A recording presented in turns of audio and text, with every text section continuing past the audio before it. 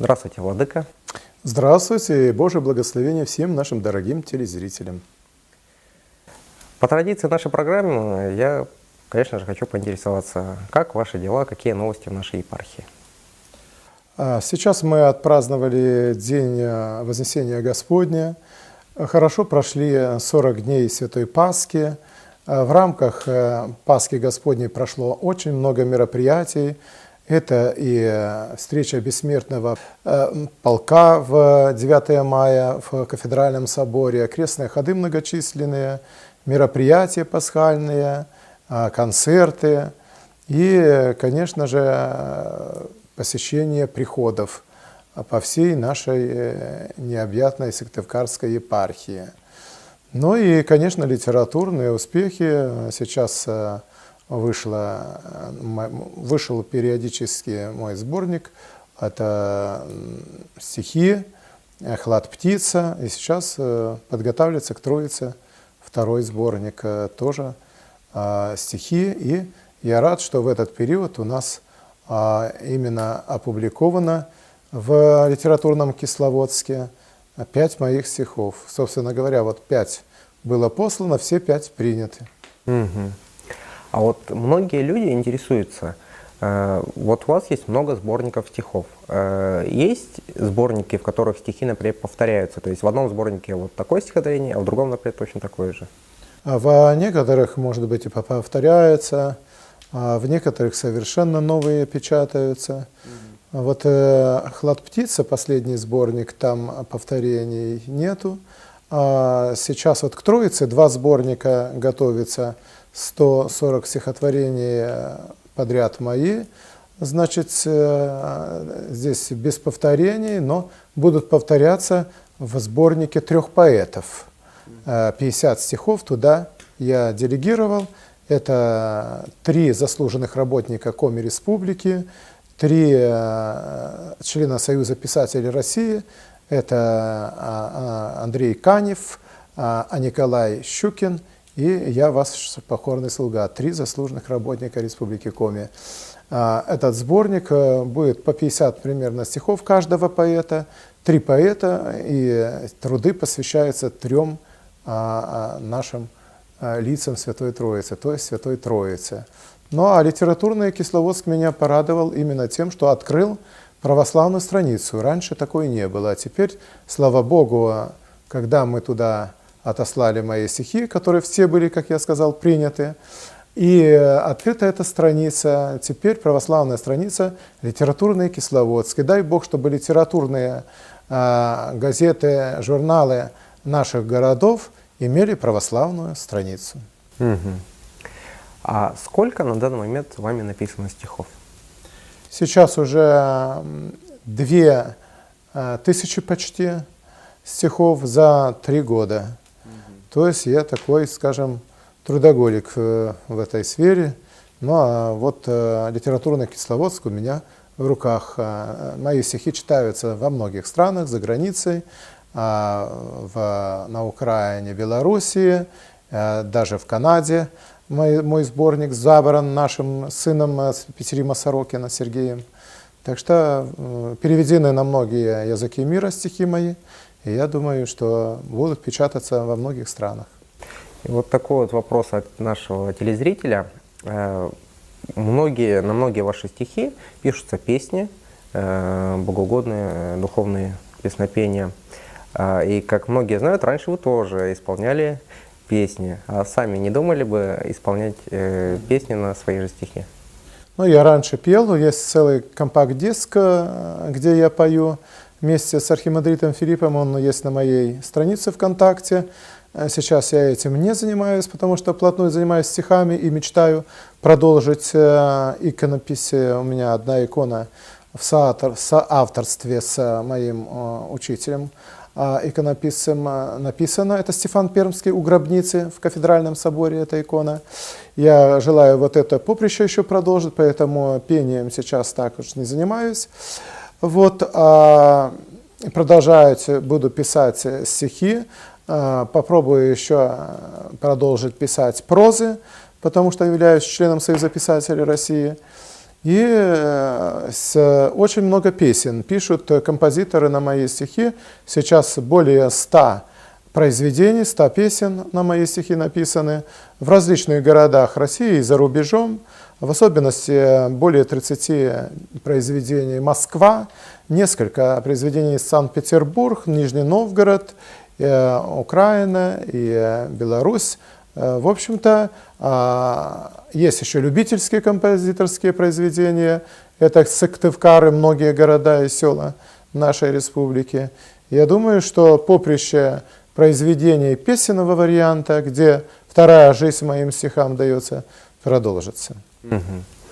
А вот как вам просто получается так вот распределить свое время, что вы, получается, служите на службах, проводите службы, ходите на различные мероприятия, ходите в школу, занимаетесь благотворительностью, управляете епархией, пишете стихи, иконописью занимаетесь. Как у вас это все получается?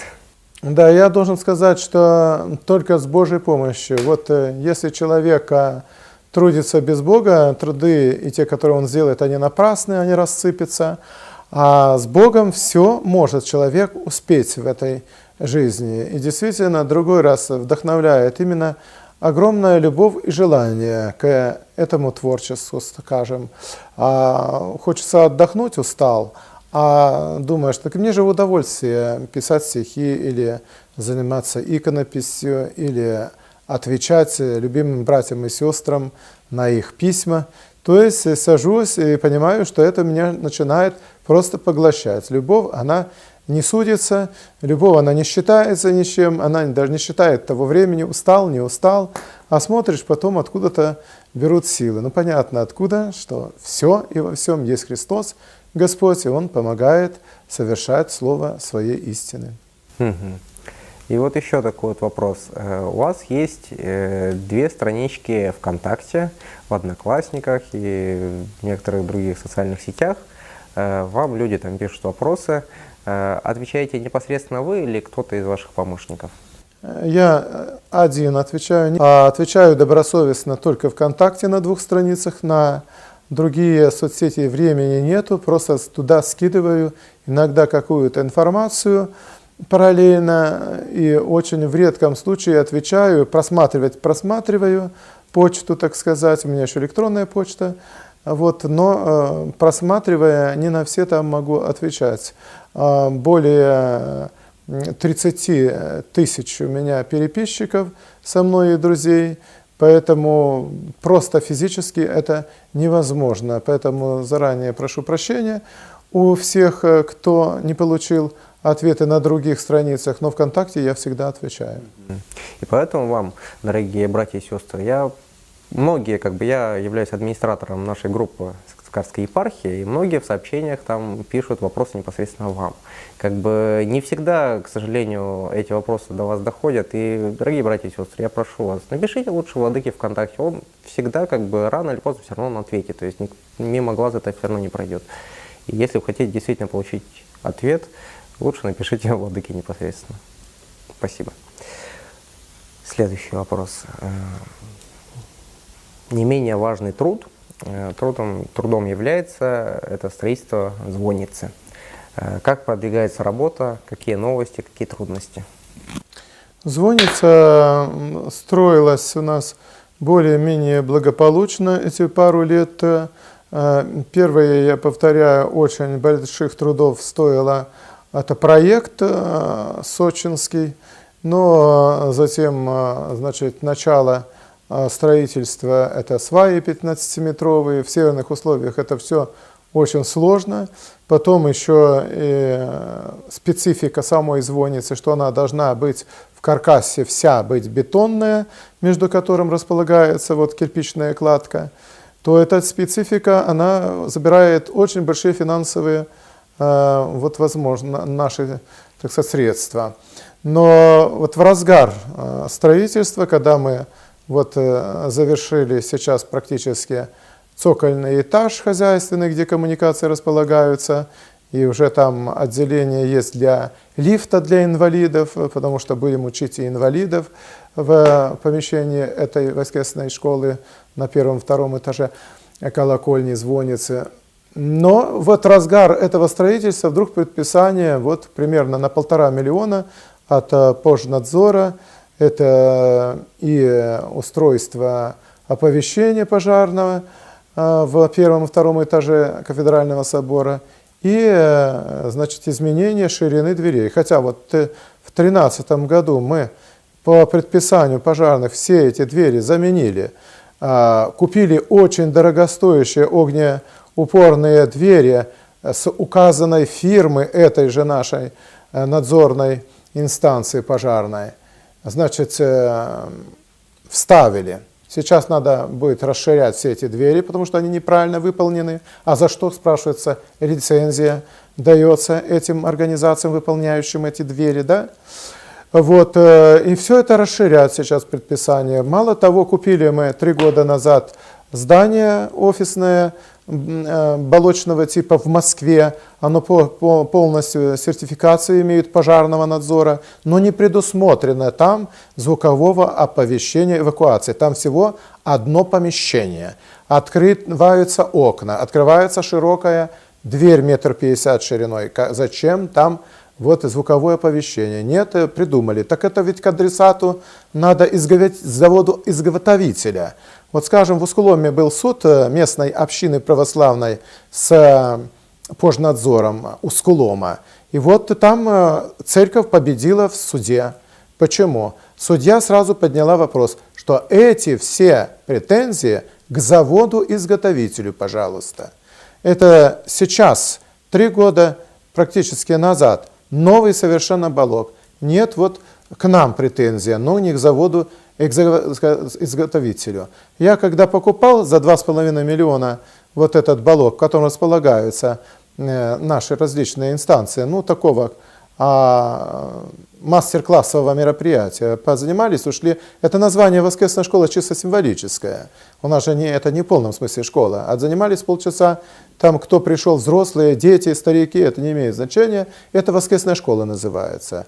Ну и вот, значит, я еще спрашивал, когда покупал, есть у вас сертификацию, есть, дали сертификат, все есть. Да, пожалуйста, пусть возьмут сертификат, почитают. Но нету у завода-изготовителя предписаний, чтобы там было звуковое оповещение. Здесь, пожалуйста, пришел специалист молодой, неопытный нашего Пожнадзора МЧС города Сыктывкара, и такое предписание сразу, вот внесите туда. Таким образом можно нафантазировать что угодно, в любую организацию, бедную, и просто ее закрыть. Просто закрыть школу, закрыть гимназию, закрыть государственное учреждение, все позакрывать в стране. Вот такой докучной басней. Вы то не сделали, вы то не сделали, и бесконечными предписаниями. Что обличал Христос? Бесконечные предписания иудаизма. Они просто шокировали всех людей, и Христос открыл этому просто решительную, бесповоротную борьбу, что так жить нельзя. Что уже будоражит и не дает спокойствия стране, обществу, государству и частному лицу и семье. А это можно назвать как небольшим гонением, или все-таки это в связи с тем, что неопытность? Ну, знаете, я бы не сказал, что это гонение, потому что это могут быть не распоряжения министерства и ведомства, скажем, а это может быть частная инициатива сотрудника этой организации, который является, например, членом Иеговы, запрещенной вообще религии, так сказать, в нашей стране. Он может быть сам представителем тайным любого негативного сообщества. Да? И вот они, и ненавидя все святое, так сказать, в стране, выдавая себя за, так сказать, представителя этой организации, вот писать вот такие предписания на любую организацию нашей Родины. Угу. То есть предписания все, которые вот они насчитали на 1,5 миллиона. Я не скажу, что все предписания неправильные. Не скажу. Но просто вот сигнализацию в соборе нужно. Но сейчас, когда вот мы начали звонницу, когда нас провоцируют, значит, уже внесенные какие-то средства, кого бы то ни было, да, и мы к ним присоединяемся, потому что на железобетон оплатили, а 800 тысяч заработную плату нет. И я ее ищу, и, так сказать, кровь из носа ищу, не могу найти, а мне вдруг предписание на 1,5 миллиона, как бы вот под руку, да, как бы вот, чтобы сбить, да еще с такой репликой, она звонницу колокольню нашли, найдете, и вот и на вот 1,5 миллиона на это дело. Ну а где вы были, скажем, полгода, год назад? И почему вообще предписания не делаются систематическим осмотром? Тем более я уже МЧС нашего Сыктывкара несколько лет назад говорил на совещании в Госсовете, что превентивную работу надо делать, превентивную, а не карательным методом, когда уже там насобиралось на 1,5 миллиона, а превентивную. Вот превентивно сказали, надо то-то сделать, вот там в пределе 20-30 тысяч, да, и так сотрудничать. Но не таким образом, просто варварским, что хоть закрывайся, сердечные капли пей и так далее. Но так работать просто нельзя. Угу. Понял. А как идет помощь по строительству звонницы? Как люди помогают? Сейчас, когда вот я включил вот такую тревогу, в 2 раза увеличилась помощь финансовая на колокольню от людей. Ну, насколько это в 2 раза?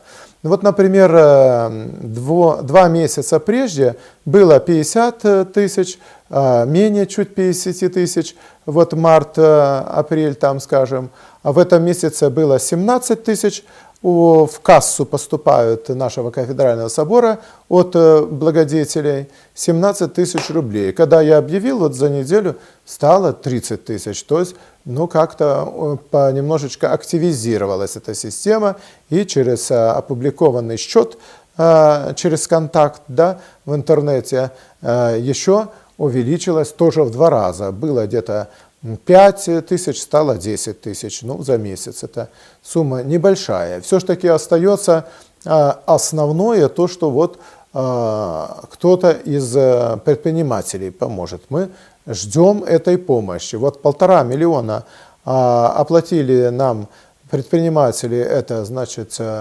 металлобетон. Вот, значит, насколько я вот и то упрашивал, молился, звонил. Вот последние вот 50 тысяч на бетон, скажем. Так это я все телефоны там прозвонил, да, одному и тому же человеку, чтобы как-то скоординировать, где, что, вот счет, значит, платежное извещение от нашего железобетонного завода и так далее. И вот сам координировал это, видите. Даже другой раз вот не хотят помочь через моих посланников, там священника посылаю.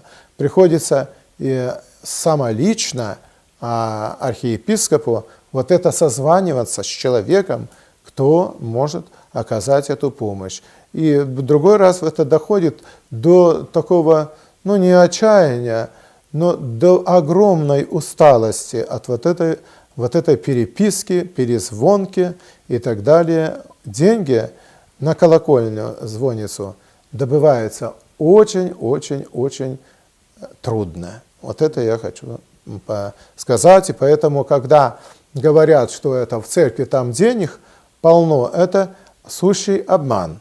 Могут озолотить иконостас, а чтобы к этому иконостасу амвон построить, то есть в церкви нету денег, и настоятель вынужден обращаться к какому-нибудь, там, скажем, дворнику во дворе у него работающим, который хотя бы не столярной работой, а обыкновенной плотнической работой сделал это там вон, к этому золотому иконостасу и накрыть его там, скажем, ковриком, чтобы незаметно было. Вот такой перепад. Я говорю, вот сейчас 1,5 миллиона проплачено на вот эту работу цокольного этажа, 4,5 миллиона, а дальше хоть разорвись, да?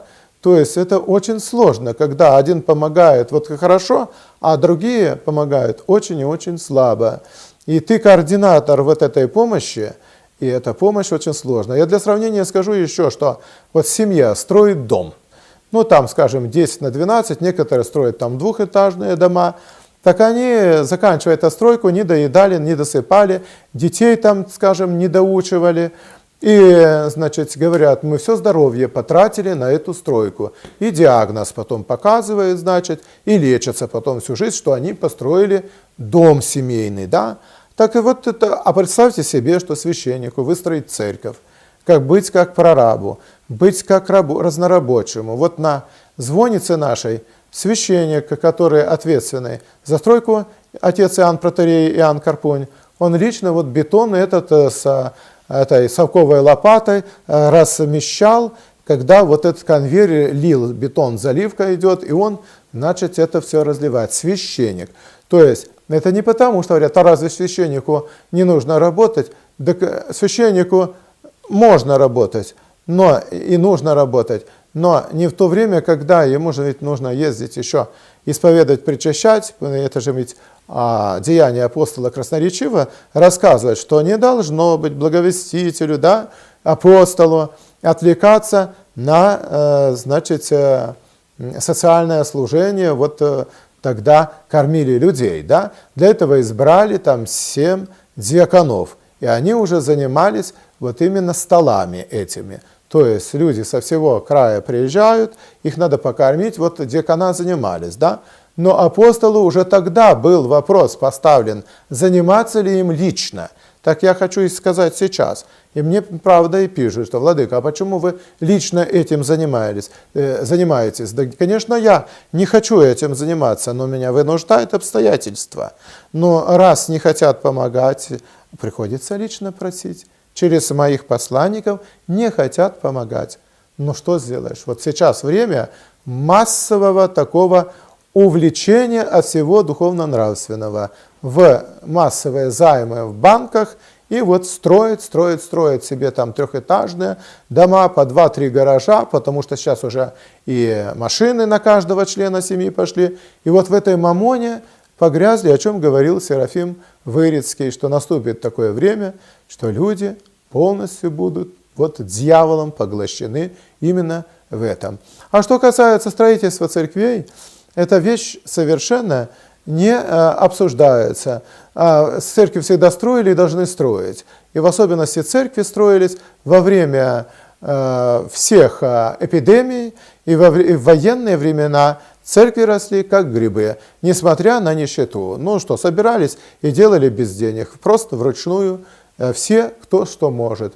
Что-то сдавали, собирали и собственноручно создавали этих, даже выпекали этот самый кирпич, скажем, приносили, все делали люди в самые трудные финансово-материальные времена. Потому что церковь здесь совершенно не в счет, скажем, любой бедноты народа. Церковь – это самое необходимое. То есть Бог – это крайняя уже такая, скажем, инстанция, и поэтому тут не обсуждается, что для Бога делается. Ясно, что для Бога делается, потому что люди ищут Бога в трудную минуту.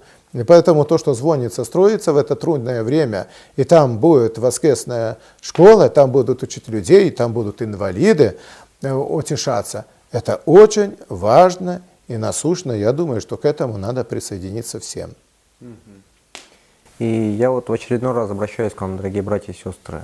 Подключайтесь к данному вопросу, помогайте. Многие из нас, мы вот все люди, часто тратим деньги на ненужные вещи, хотя в принципе могли бы, например, потратить их на что-то благое, помочь нищему или, например, просто дать небольшую лепту на строительство той же самой звонницы или какого-либо храма.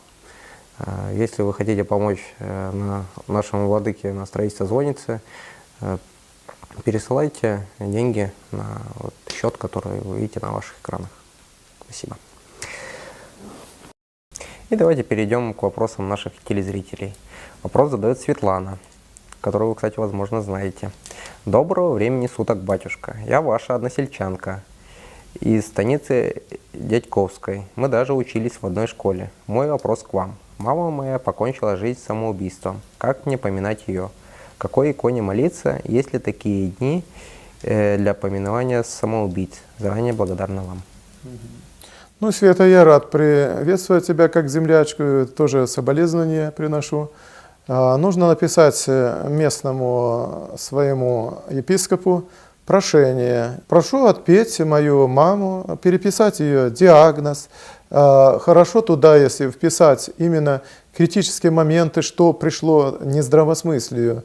Потому что бывает, человек здравомысленно, так сказать, хотя это очень с натяжкой сказано, что здравосмысленно. Вот. Но в большинстве случаев люди поканчивают жизнь самоубийством невменяемые.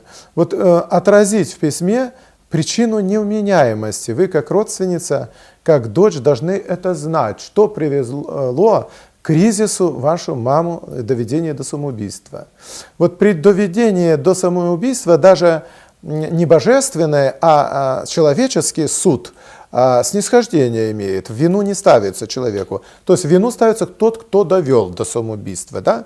Вот, так и здесь. Обоснуйте причину, и я верю, что ваш местный епископ разрешит вам отпеть вашу маму. Спасибо. И задает вопрос Марина. Батюшка, как жене угождать людям и не многословить? Я знаю, что надо Богу угождать прежде, но помалкивать, укорять себя, все знаю и все равно.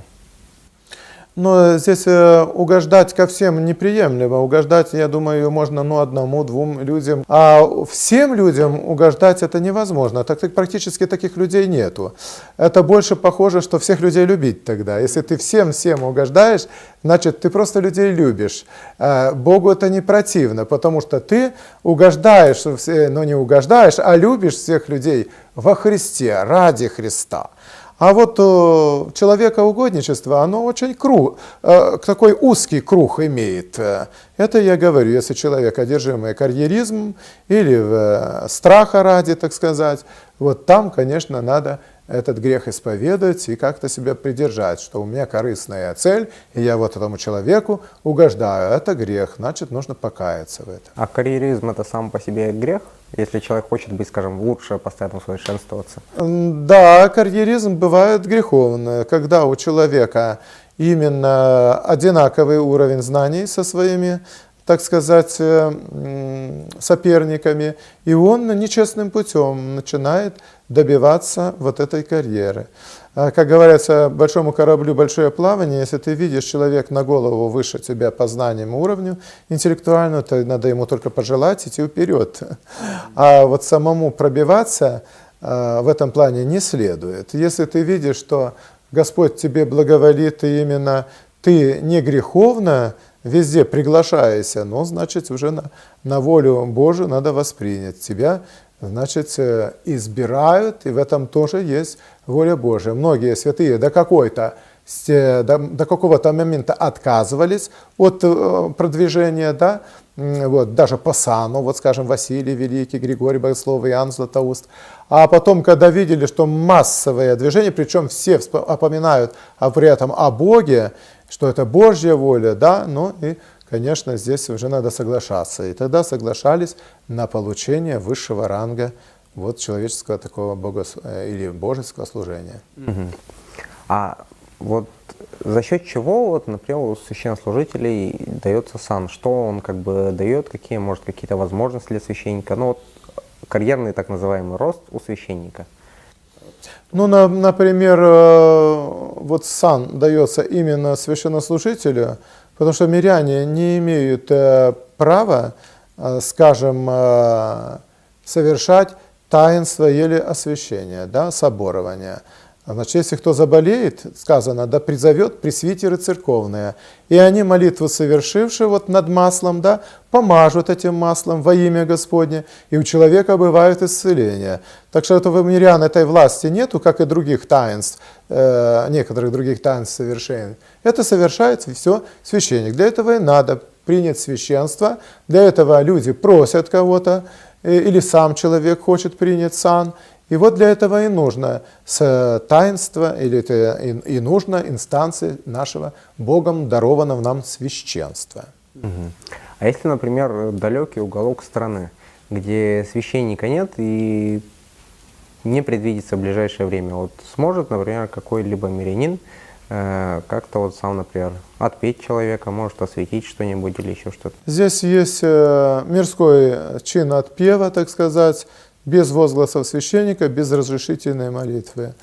Они мирским чином служат. Так же, как, например, литургию мирянин не может, а обедницу он служит. Вот. За исключением вот мирянину можно покрестить человека. Но остальные вот таинства значит, мирянин не совершает, и если он, значит, отпевает мирским чином, так сказать, человека другого, то все равно хотя бы заочно надо обратиться к священнику, чтобы он прочитал разрешительную молитву. При каждом таинстве есть формула тайнодействующая, совершительное этого таинства. Оно может быть в обряде очень длинное таинство, да, а формула вот тайнодействующая очень короткая.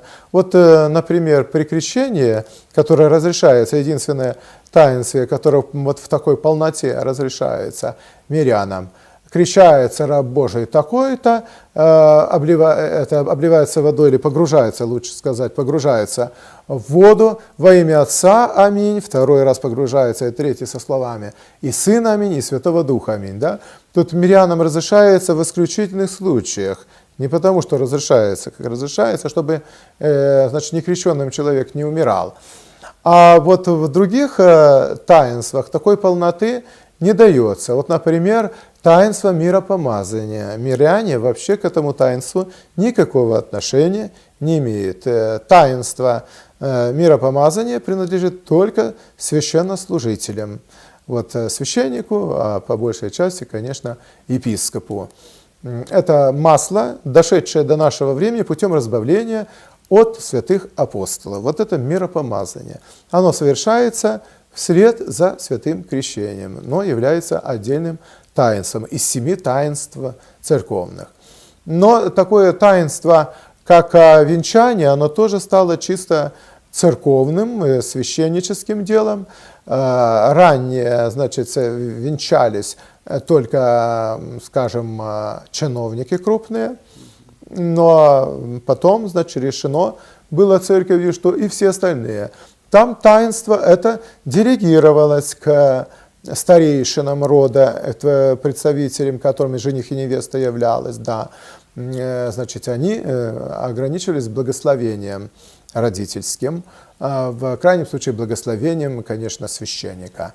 Вот. Но сейчас все венчаются, и, так сказать, высокого происхождения, скажем, дворянского сословия, и простые, значит, безродные, так сказать. Люди, миряне, они тоже венчаются на общих, так сказать, правах. Но вот таинство такое, как, скажем, принятие священства, уже мирянин никак может совершить не может. Даже священник и диакон не может, только епископу. Вот, только епископу, даже не священнику и диакону, а только епископу дано право рукополагать во священный сан других членов вот именно священного сана, представителей. Задает вопрос Игорь. Здравствуйте. Я хотел бы знать, по каким дням можно заниматься спортом и физическими нагрузками. Спортом занимаемся мы ежедневно, даже маленькая зарядка для каждого. Вот я дома всегда восставший ото сна, там, да, пока умылся, пошел, немножко позанимался зарядкой элементарной, утренние молитвы прочитал, там, вечером вечерние. Но вот спорт – это неотъемлемая часть каждого человека, потому как без движения, особенно человеку кабинетному работнику, да, вот умственным трудом, кто занимается, нельзя. Вот большой спорт – это, так сказать, патриотическое дело, оно приравнивается к военной службе, тут отдельный вопрос. А массовый такой спорт классического стиля, ну, если это подготовка, данные, если они идут в высший спорт, высокий, то это, пожалуйста, тут смотрят специалисты.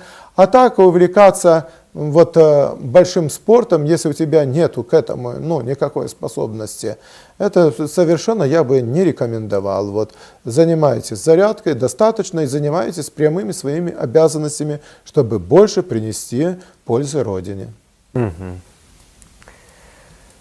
Так, тут вопрос задает Алексей. Христос воскресе! Помолитесь, пожалуйста, о том, чтобы в скором времени у меня появилась хорошая работа, и чтобы я в скором времени рассчитался всеми моими долгами и микрокредитами, и кредитами, и штрафами. задолженности за квартиру и скорейшим выздоровлением болящей Ксении, тяжело болящей Викторе и Алексея, Надежде, Даниэле и упокоении Виталия. Спаси Бог вас, владыка. Конечно, помолюсь, и дай Бог вам рассчитаться с долгами, но я хочу, пользуясь случаем, сказать, что вот была благочестивая, добрая традиция раньше, прежде насобирать средства, а потом покупать. Насобирали на гарнитур, купили, насобирали на дом, купили. Может быть, в некоторых случаях исключительных оправдываются займы, но в большинстве случаев это, в общем-то, ловушка. Люди несоизмеримо берут своим силам эти займы, и никогда в жизни они с ними не рассчитаются. А даже если в этой семье или в округе случаются суициды по этой части, что не смогли рассчитаться с кредитами, то это, конечно же, еще и греховное дело. Очень хорошо подумайте 100 раз, 1000 раз, прежде чем взять кредит. Угу. И вот еще вот попросили вас, сегодня вот умер один человек, зовут его Андрей Пахомов, попросили вот за него хотя бы немножко помолиться вам. Ну, Царство Небесное Андрею Пахому, спаси Господи его, родственников всех. Задает вопрос еще вот Игорь.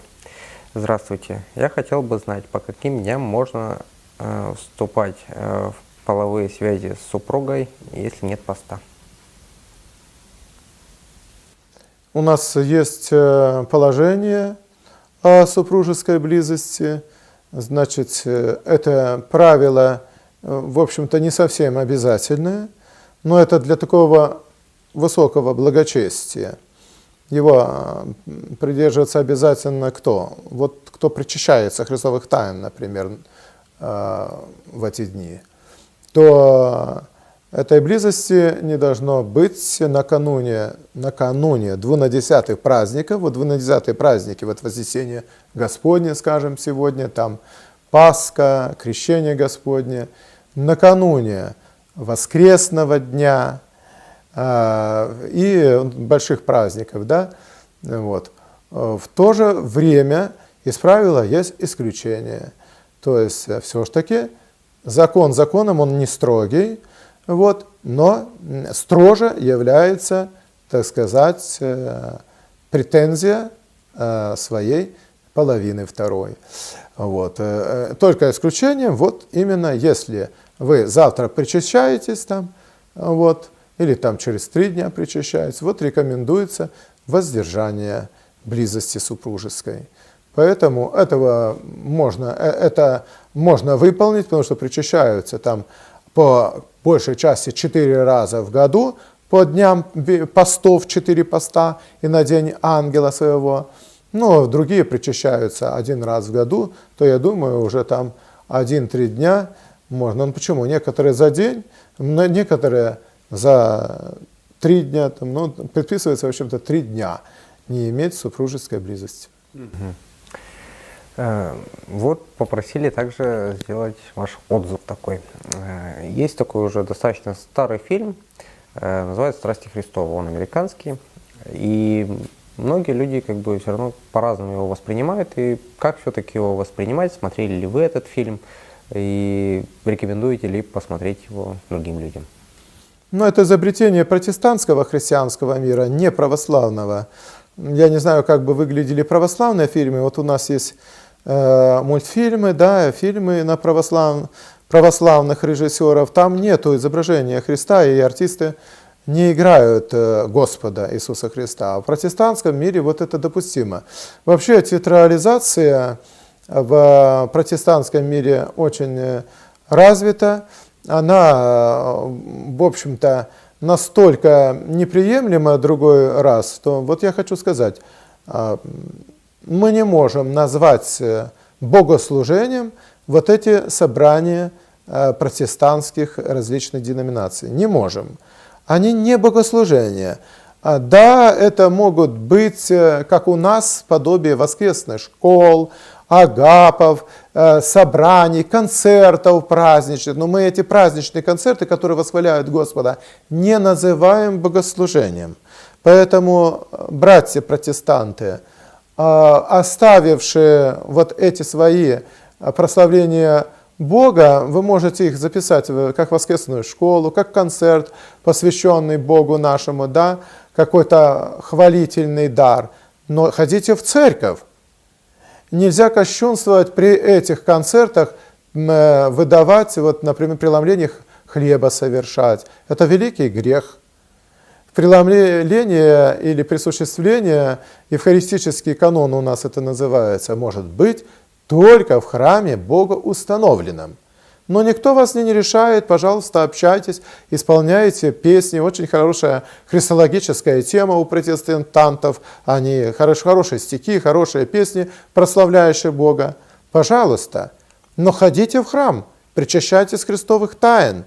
Но не творите кощунственное хлебопреломление, которое не заповедал Господь вне церкви. Вот. Поэтому я думаю, что много-много вопросов таких возникает, когда театрализация вот врывается. Да не дай Бог такого. Почему в церкви вот монотонное чтение? Чтоб, не дай Бог, никто не был артистом. А в протестантском мире это очень развито. Что не проповедник, то артист. Ну, видно же его повышение там тона, понижение, все эти беготня с микрофоном, задирание ног и так далее. Во что превращают, а называют это богослужением. Но не является. Если даже это не, так сказать, и не воспрещалось бы лично мною, да, но это и нельзя богослужением назвать. Нельзя это назвать богослужением. Спасибо. Спасибо вам, дорогой владыка, за продуктивные ответы. А на этом наш выпуск завершен. Спасибо вам, дорогие телезрители, за ваши вопросы. Отправляйте их почаще. Напоминаю, что вы можете оставить вопросы нашему владыке через международный интернет-проект «Батюшка онлайн». Ждите новых выпусков. До новых встреч. Спаси Господи Боже вам всем благословения. С праздником.